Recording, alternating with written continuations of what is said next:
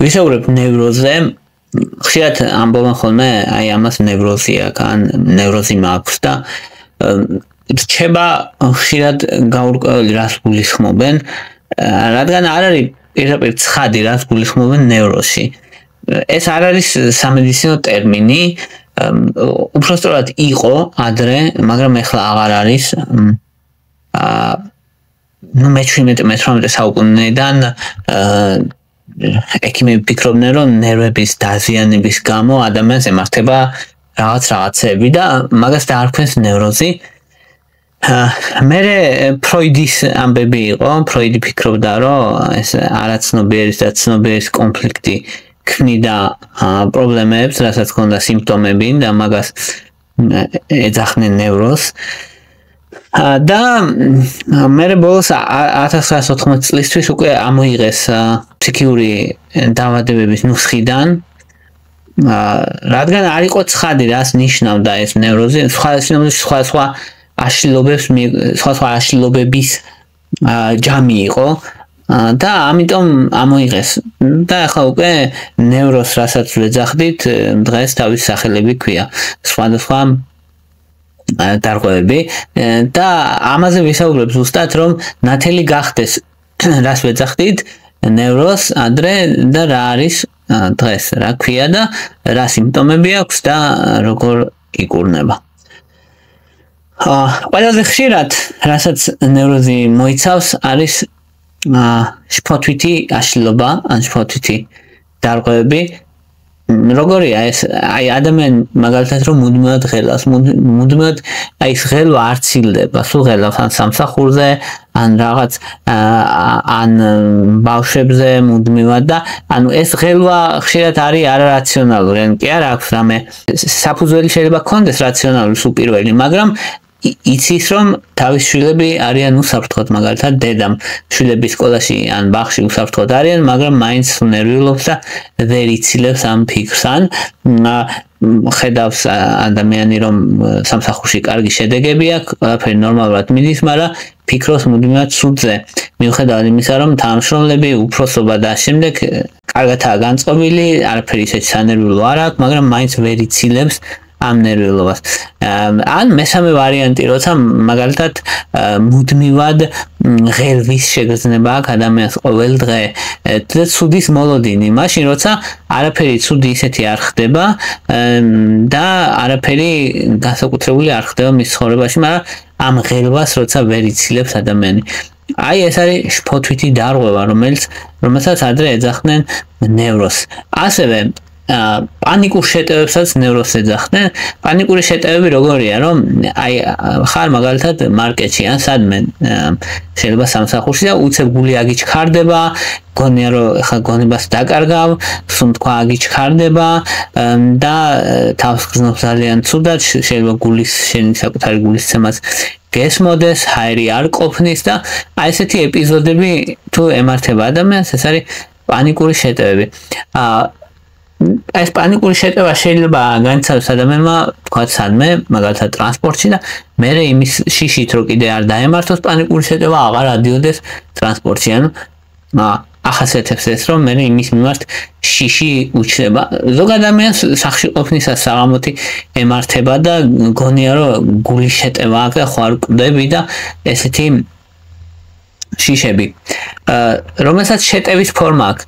პანიკური შეტევა და შფოთვა ძალიან გვანნებს, მაგრამ განსხვავება ისე, რომ ეს პანიკურ შეტევას შეტევის ფორმა აქვს და უფრო მძაფრია მომენტალურად, მაშინ როცა შფოთვა უფრო ზოგადია და შედარებით მსუბუქი, მაგრამ გამყოლი დიდი ხნის განმავლობაში. მესამე, რასაც აერთიანებდნენ ხოლმე ნევროზში არის ობსესურ-კომპულსიური აშლილობა. ობსესურ კომპულსიურ აშლილობაში იგულისხმება, რომ ადამიანს აქვს ობსესია, ანუ აკვიატება, რაღაცის აკვიატება და მერე იმის საპასუხო რეაქციას აკეთებს კომპულსურად.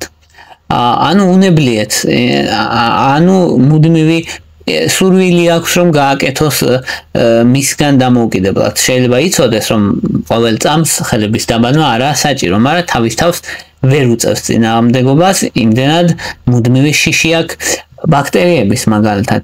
და შეიძლება 50 დღეში იბანს ხელებს. ან ეშინია რომ ღუმელი არ დარჩეს ჩართული და შეიძლება ყოველ წელს ამოწმებს ღუმელს.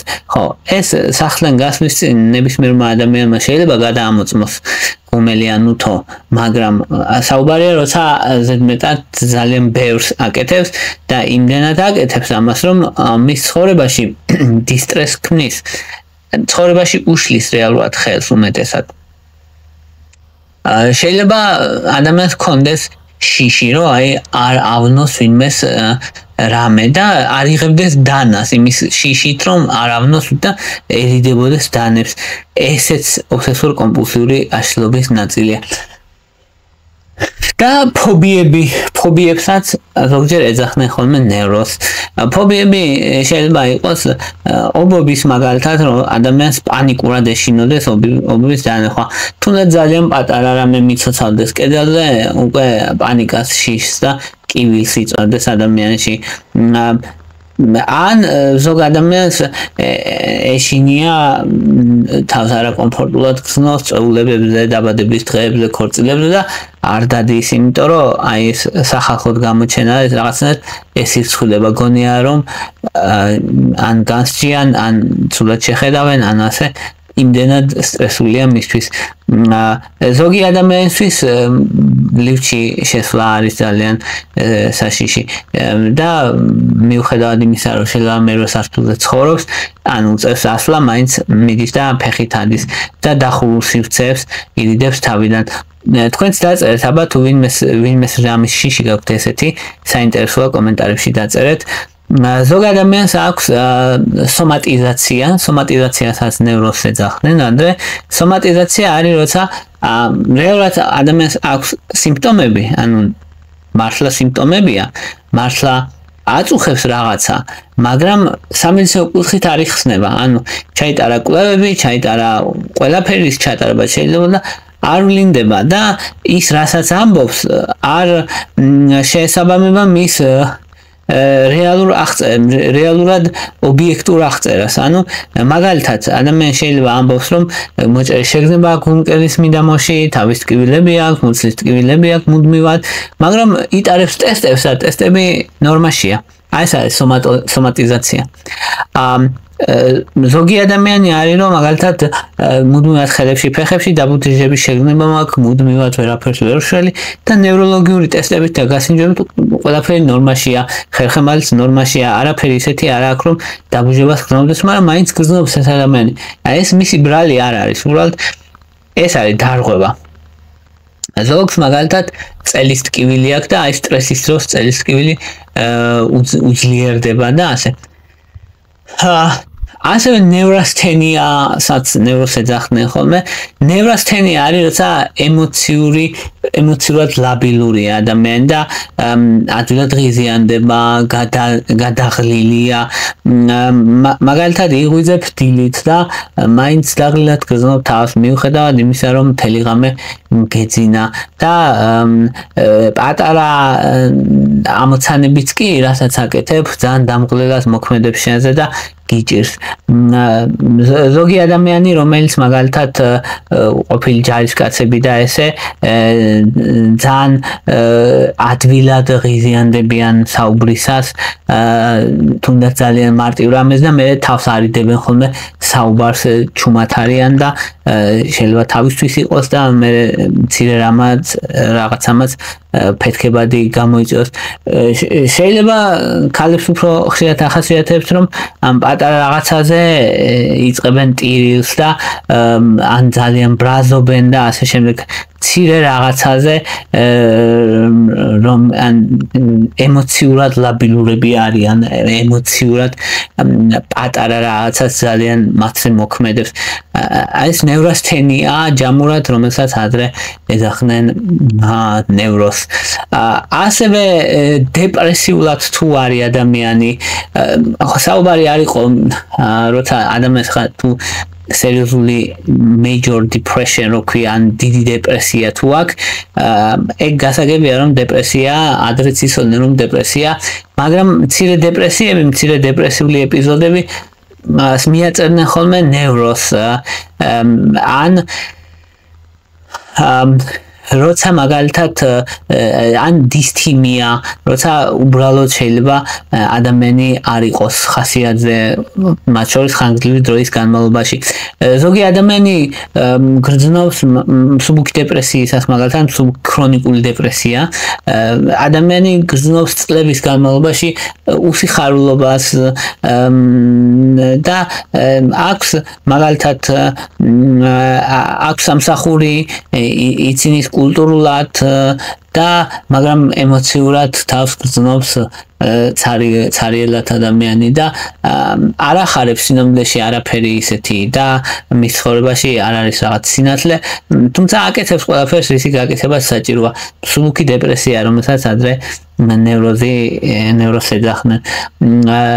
ასევე ადამიანები მაგალითად რომელიც არ გრძნობენ თავს ბედნიერად არის აქვს მუდმივად ენერგიის დეფიციტი მიუხედავად იმისა რომ 10 საათს ძინავს იღვიძებს დაღლილი და ესეც მსუბუქი დეპრესია აქვს ასევე ადამიანები რომლებიც მაგალითად ჩვეულებრივად იტყვიან რომ მე ჩანვარ მხიარული მე ჩანვარ გულღია და ასე მაგრამ მარტო რო ჩები ჩემ თავთან ძალიან მიჭირს და ეს მუდმივი ჩრდილი დამყვება თან რომელსაც ვერ ვიცილებ და ვარ სულ მოწყენილი შინაგანად ცარიელი ესეც ნევროზის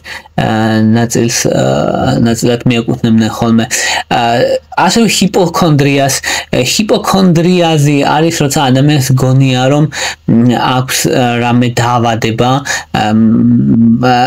დარწმუნებულია რომ აქვს დაავადება და Google-ს თუ GPT-ს ეკითხება მუდმივად სიმპტომებს და მუდმივად მაგალითად შეიძლება აკრიტიკებული კონდეს რომ აქვს რაღაც სიმსივნე და შეიძლება ტელი ეთკინოს და ეს დაუკავშიროს იმას რომ აი ამის გამოა და ამის გამო შეიძლება 4-ჯერ და 5-ჯერ ექიმთან წავიდეს ან წაიკითხოს ყველაფერი წაკითხვა შეიძლება და ასე ანუ ხშირად არის ხოლმე რომ ჯერათ ადამიანს რომ აქვს სიმსივნე და ამ სიმსივნის შიშით რო თავი წამოდგირდება გონია რომ სიმსივნე მაქვს მაგრამ მე რომ მიდიან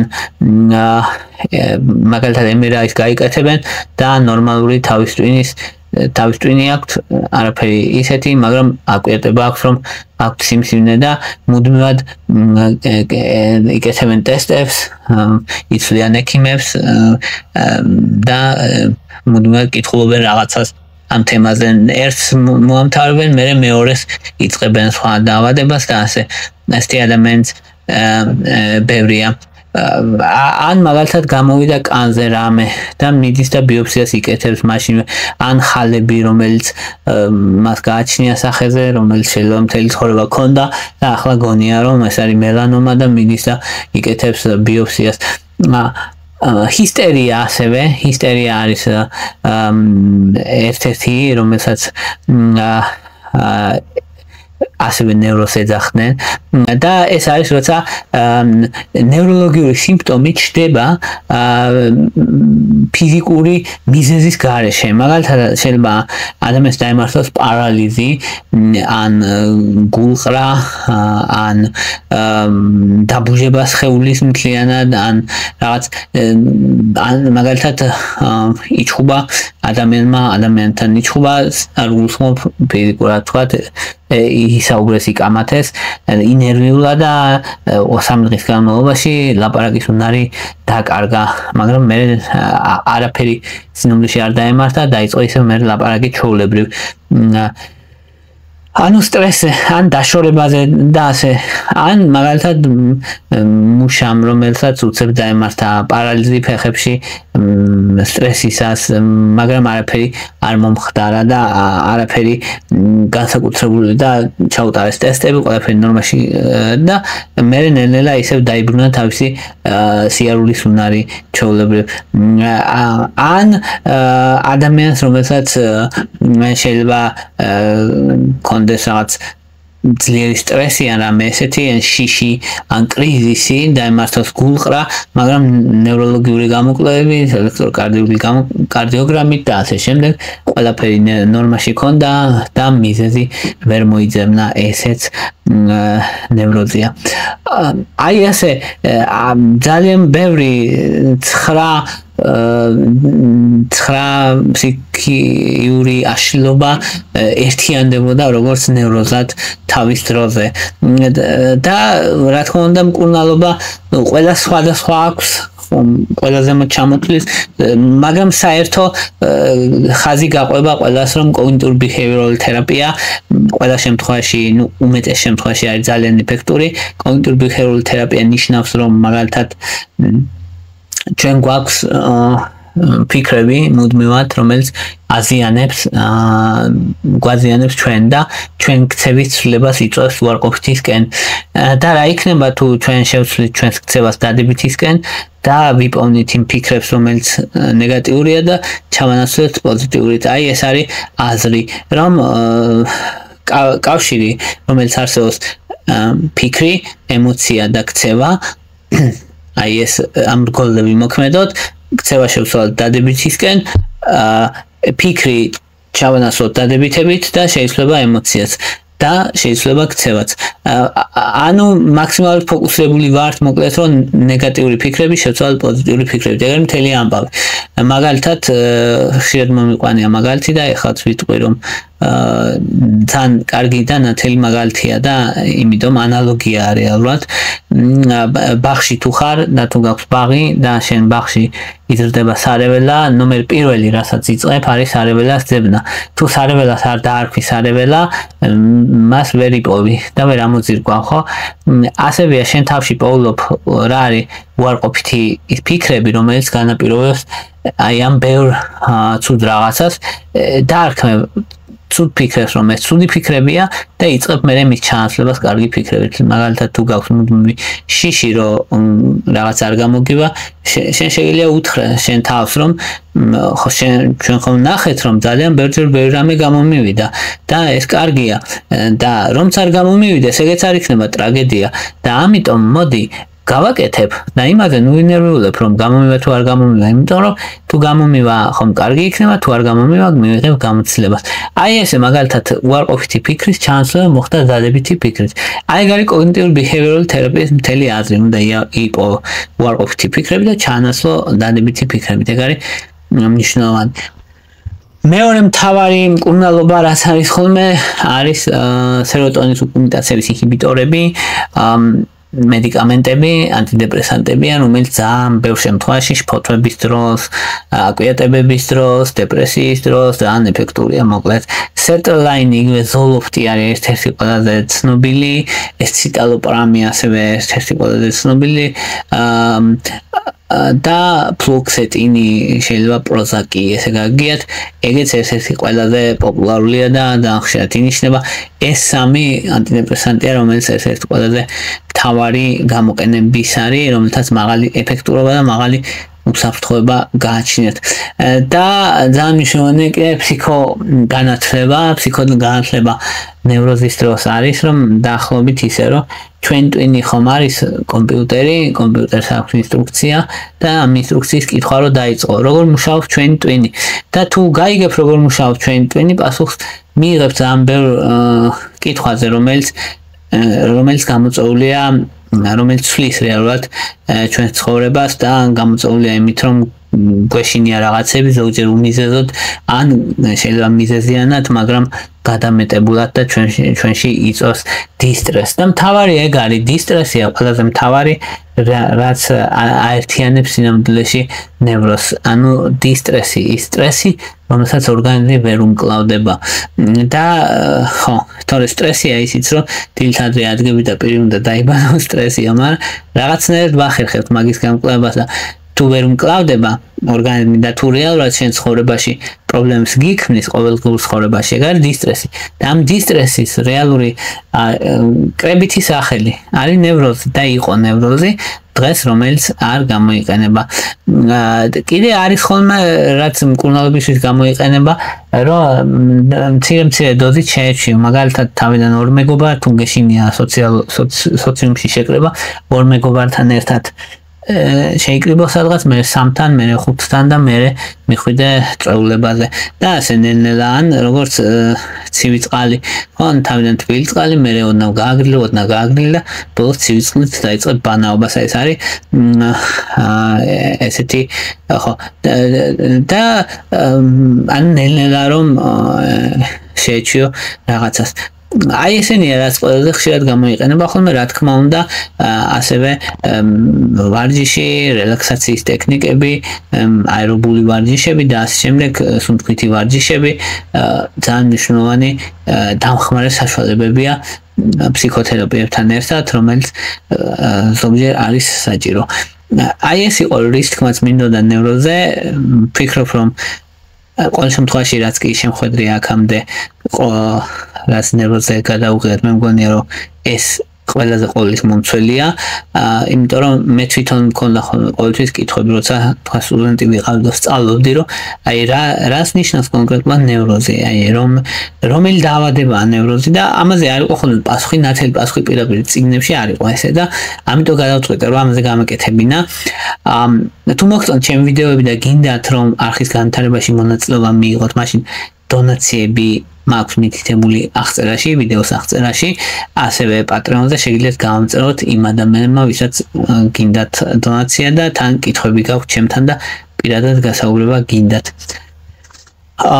ვისაც არც ერთი სურვილი გაქვთ, არც მეორესი ან შესაძლებლობა, ეგეც არ არის პრობლემა, მაგრამ უბრალოდ თუ მოგწონთ ჩემი არხი, შეგიძლიათ დალაიქოთ, დააკომენტაროთ, გააშიაროთ, ან გამოწეროთ არხი, ეგეც მნიშვნელოვანია და მნიშვნელოვანი ხელშეწყობა და დახმარება, რადგან YouTube-ის ალგორითმი მაგის მიხედვით ხვდება ვიდეო საინტერესო არის თუ არა. მადლობა რომ მისმენთ და მადლობა რომ გაინტერესებთ.